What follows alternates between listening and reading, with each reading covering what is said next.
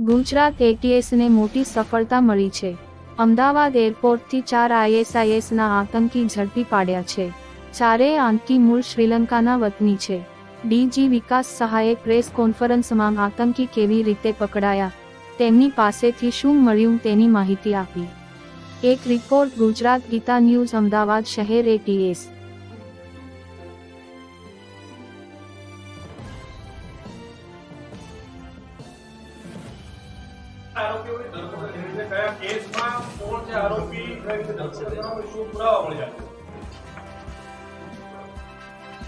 તારીખ 18 મઈના રોજ ગુજરાત પોલીસના એન્ટી ટેરરિસ્ટ સ્ક્વોડમાં ફરજ બજાવતા ડીવાયએસપી શ્રી હર્ષ ઉપાધ્યાયને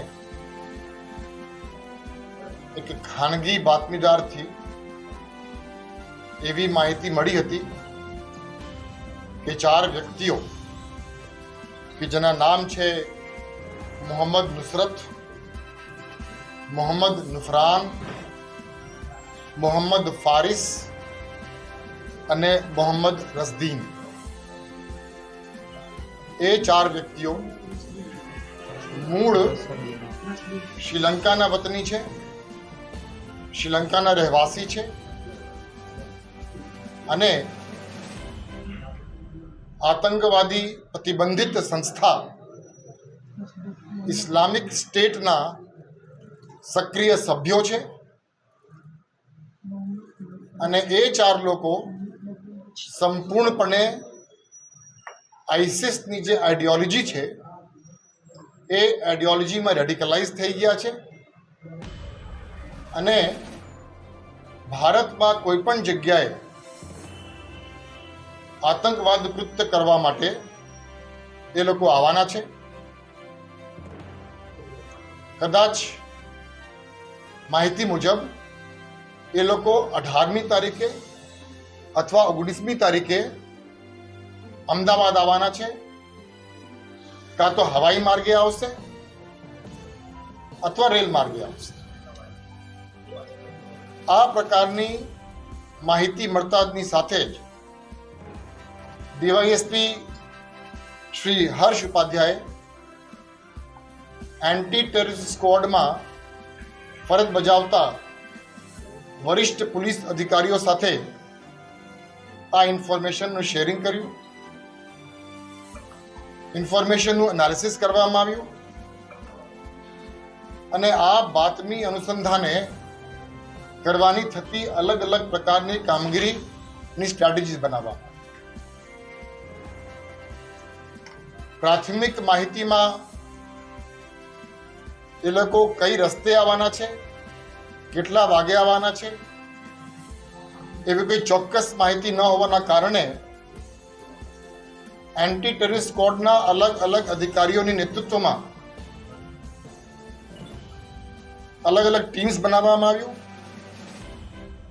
અને દક્ષિણ તરફથી આવતા તમામ રેલવેઝ અને હવાઈ જહાજની વિગત ઉપલબ્ધ કરાવવામાં આવ્યું અને એ વિગત મળ્યા પછી તમામ પેસેન્જરોની લિસ્ટ, તમામ ટ્રેન્સના તમામ પેસેન્જરની લિસ્ટ, તમામ ફ્લાઇટ્સના તમામ પેસેન્જર લિસ્ટની એનાલિસિસ કરવામાં આવી અને એ એનાલિસિસ કરતા એક ટીમને સફળતા મળી અને આ 4 લોકોના જે નામની માહિતી આપણને મળી હતી, એક જ પીએનઆરમાં ચેન્નઈથી Ahmedabad IndiGo flight number 6E848 ના જે પેસેન્જર લિસ્ટ છે એમાં એ લોકોના નામ મળી આવ્યા। માહિતી મુજબ એ લોકો શ્રીલંકાના હતા, એટલે પછી અન્ય સિસ્ટર એજન્સીઝની મદદ લઈ કોલંબોથી પણ આ પ્રકારની વેરિફિકેશન કરવામાં આવ્યું અને ત્યાં પણ આપણને જાણવા મળ્યું કે આ 4 લોકો એક જ પીએનઆર નંબરમાં કોલંબોથી ચેન્નઈ આવવાના છે। માહિતી પાકી થતાં અમદાવાદ એરપોર્ટ ઉપર એન્ટી ટેરરિસ્ટ સ્ક્વોડના અલગ અલગ અધિકારીઓની ટીમ બનાવી ને ખાનગીમાં વોચ રાખવામાં આવ્યું. આ 4 લોકો 19મી તારીખે સવારે 3 વાગે શ્રીલંકાથી ચેન્નઈ પહોંચ્યા અને ચેન્નઈથી ઇન્ડિગો ફ્લાઇટ 6E848 માં રવાના થઈ 19મી તારીખે સાંજે આશરે 8 વાગે અમદાવાદ એરપોર્ટ પહોંચ્યા. અમદાવાદ એરપોર્ટમાં અગાઉથી એન્ટી ટેરરિસ્ટના ટીમ્સ ખાનગીમાં વોચ પર હતા.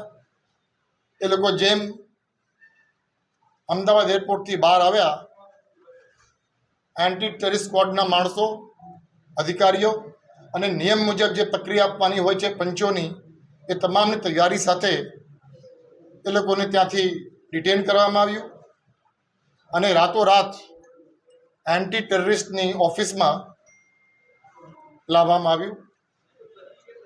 એરપોર્ટમાં પ્રાથમિક રીતે જ્યારે ડિટેન કરવામાં આવ્યું ત્યારે ઇંગ્લિશમાં એ કોઈ નામ પૂછતા જે માહિતીના 4 નામો હતા એ જ 4 નામો એ લોકો હોવાના કારણે એ લોકો છે એ પાકું થતાં એન્ટી ટેરરિસ્ટ સ્ક્વોડની ઓફિસમાં લાવવામાં આવ્યું.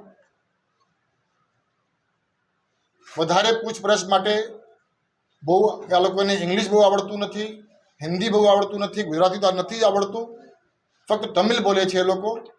એટલે તમિલ ભાષાના જાણકાર લોકોને રાતોરાત એન્ટી ટેરરિસ્ટ સ્ક્વોડમાં બોલાવવામાં આવ્યું અને એ લોકો મારફતે એ 4 લોકોની પૂછપરછ કરવામાં આવી. પૂછપરછ દરમિયાન આ 4 લોકો મોહમ્મદ નુસરત સન ઓફ અહમદ ગની, ઉમ્ર વર્ષ 33, મૂળ રહેવાસી